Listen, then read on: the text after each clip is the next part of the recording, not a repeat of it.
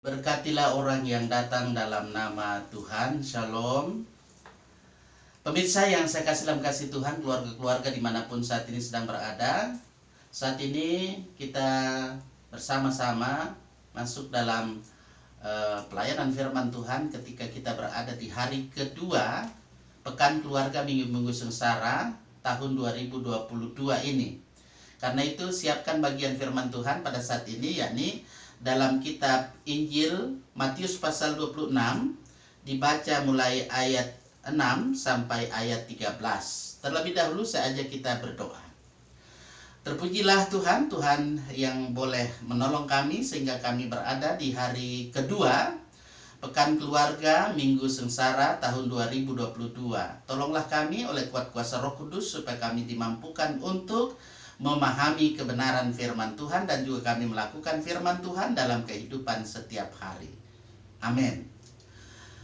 Keluarga-keluarga yang saya kasih dalam kasih Tuhan, mari kita arahkan perhatian kita pada bagian firman Tuhan saat ini dalam Injil Matius 26 ayat 6 sampai ayat 13 yang menjadi penyeragaman pemberitaan firman Tuhan pada kesempatan yang baik ini. Saya akan membaca firman Tuhan, mari kita bersama arahkanlah seluruh perhatian kita pada kebenaran firman Tuhan supaya firman Tuhan ini menjadi berkat dan kita pun boleh menjadi saluran berkat dalam kehidupan kita sebagai orang yang percaya. Diberkatilah kita sekalian dalam nama Tuhan. Yesus diurapi. Ketika Yesus berada di Betania, di rumah Simon si kusta, datanglah seorang perempuan kepadanya membawa sebuah buli-buli pualam berisi minyak wangi yang mahal. Minyak itu dicurahkan ke atas kepala Yesus yang sedang duduk makan. Melihat itu, murid-murid gusar dan berkata, "Untuk apa pemborosan ini? Sebab minyak itu dapat dijual mahal dan uangnya dapat diberikan kepada orang-orang miskin." Tetapi Yesus mengetahui pikiran mereka lalu berkata, "Mengapa kamu menyusahkan perempuan ini? Sebab ia telah melakukan sesuatu perbuatan yang baik padaku. Karena orang-orang miskin selalu ada padamu, tetapi aku tidak akan selalu bersama-sama kamu. Sebab dengan mencurahkan minyak itu ke tubuhku, ia membuat suatu persiapan untuk penguburanku. Aku berkata kepadamu, sesungguhnya di mana saja Injil ini diberitakan di seluruh dunia, apa yang dilakukan ini akan disebut juga untuk mengingat Dia." Ini firman Tuhan untuk kita. Yang berbahagialah kita semua yang mendengar firman-Nya, memelihara dan melakukan dalam kehidupan setiap hari. Saudara-saudara yang saya kasih dalam kasih Tuhan Yesus Kristus, saya percaya dalam kehidupan kita, hari lepas hari, dalam hidup ini ada banyak hal yang menjadikan kita supaya semakin kuat di dalam Tuhan. Ada begitu banyak problematika, ada begitu banyak pergumulan-pergumulan dalam hidup kita. Tapi kita percaya bahwa Tuhan itu selalu mengarahkan hidup kita menuju pada kehidupan yang baik, kehidupan yang benar. Saudara-saudara, dari bagian firman Tuhan yang kita baca tadi ini berkata-kata, berbicara tentang pengurapan yang dilakukan oleh seorang perempuan terhadap Yesus. Jadi Yesus diurapi oleh seorang perempuan. Ya, itu terjadi ketika Yesus dia sedang berada di rumah seorang yang bernama Simon, ya, keluarga si Simon yang disebut dengan si kusta, yang dalam cerita ini dia tidak memainkan peranan. Kalau kita lihat di sini keluarga si kusta hanya menyediakan sarana tempat, sehingga julukan yang ada si kusta bisa saja berarti bahwa ia pernah mengidap penyakit kusta. Dan ia sudah disembuhkan pasti oleh Yesus, sehingga Yesus diterima oleh keluarga Simon yang ada, si kusta ini. Sehingga bisa dipastikan bahwa kesediaannya ini memang menjadi satu ucapan syukur atas kesembuhan yang ia sudah boleh alami terjadi atas dirinya. Saudara-saudara yang saya kasih dalam kasih Tuhan, kalau kita perhatikan di sini dari bagian firman Tuhan di ayat 7, memang tidak diberitahukan secara jelas nama orang yang ketika datang kepada Yesus, itu perempuan yang datang membawa sebuah buli-buli pualam berisi minyak wangi yang mahal. Nah, minyak yang mahal itulah yang dicurahkan ke atas kepala Yesus yang sedang duduk makan. Kalau kita lihat di perikop ini memang tidak ada nama yang disebutkan. Siapa nama itu? Nama orang itu. Kalau kita lihat dalam Injil Lukas misalnya, Bapak Ibu Saudara-saudara bisa memperhatikan dalam Injil Lukas dan juga ada dalam Injil Yohanes tentang cerita narasi yang seperti ini, narasi iman ini.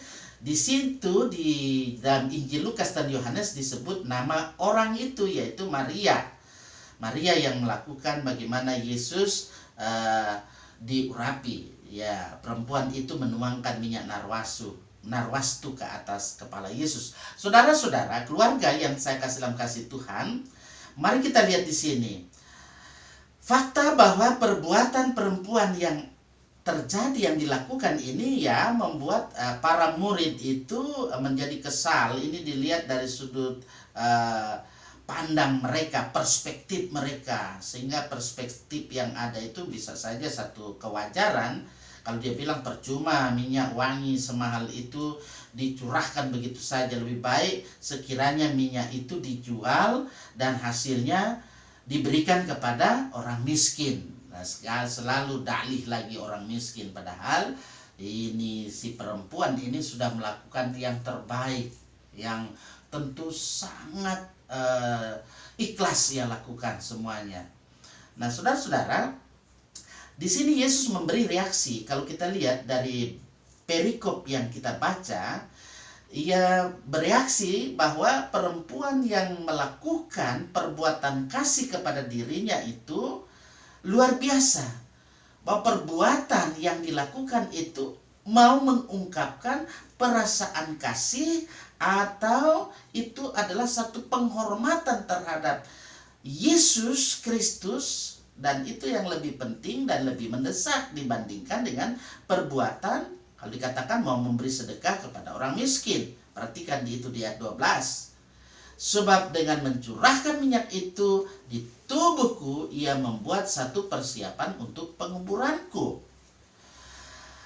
Saudara-saudara yang saya kasih dalam kasih Tuhan, keluarga yang diberkati oleh Tuhan, dari bagian perikop ini kita mau bisa memberikan satu kesimpulan. Kesimpulan yang ada dalamnya, pertama, bahwa dari ungkapan kasih yang dilakukan oleh perempuan ini mengurapi Yesus Kristus dengan minyak yang sangat mahal itu adalah satu tindakan, action. Satu tindakan penghormatan mendahului peristiwa kematian Yesus Kristus. Bahwa perempuan yang ada ini, dia rela, dia ikhlas dengan seikhlasnya berbuat untuk Yesus Kristus. Bahkan dia mengorbankan milik kepunyaannya demi kasihnya dan juga penghormatannya kepada Tuhan Yesus Kristus.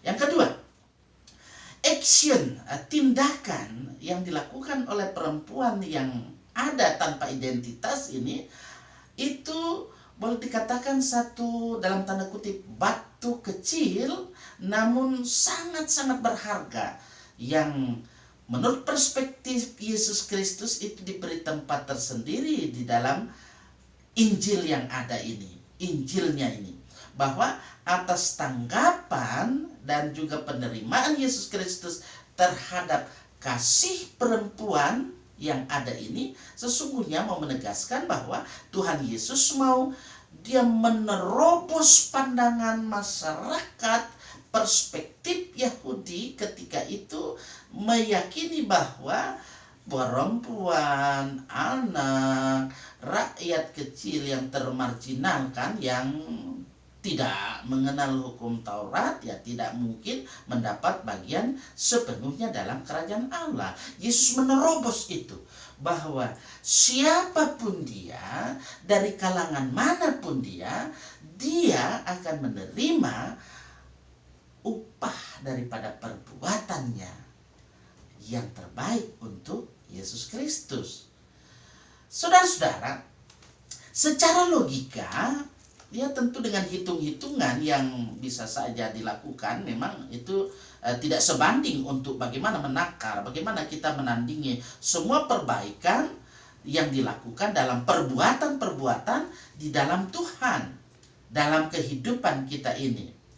Ketika seseorang bisa mengenal, kemudian dia sadari bahwa Tuhan sudah berbuat sangat teramat baik kepada dirinya dan juga tentu keluarganya, maka yang ada dalam pikiran mereka hanyalah tentang bagaimana cara membalas semua kebaikan yang telah Tuhan perbuat dalam kehidupan kita. Nah, tentu saya berharap kita juga seperti itu dalam hidup kita. Tuhan sudah berbuat yang terbaik dalam hidup ini, karena itu berikanlah yang terbaik.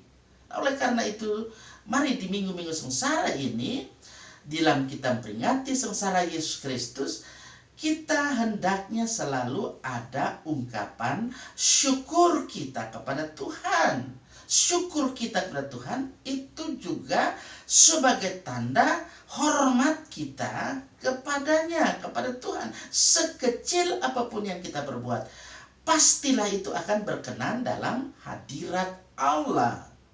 Demikian juga kehadiran kita. Ketika kita hadir dalam ibadah, pekan keluarga, di hari kedua ini, kita sudah berada di hari kedua, ini juga adalah respons kita, tanggapan kita, ungkapan syukur atas segala berkat yang Tuhan berikan, atas pemeliharaan, providensia Dei yang kita rasakan dalam hidup ini. Sehingga seluruh eksistensi, keberadaan hidup kita berikan, kita persembahkan menjadi persembahan yang hidup, persembahan syukur kita yang terbaik untuk hormat dan kemuliaan nama Tuhan.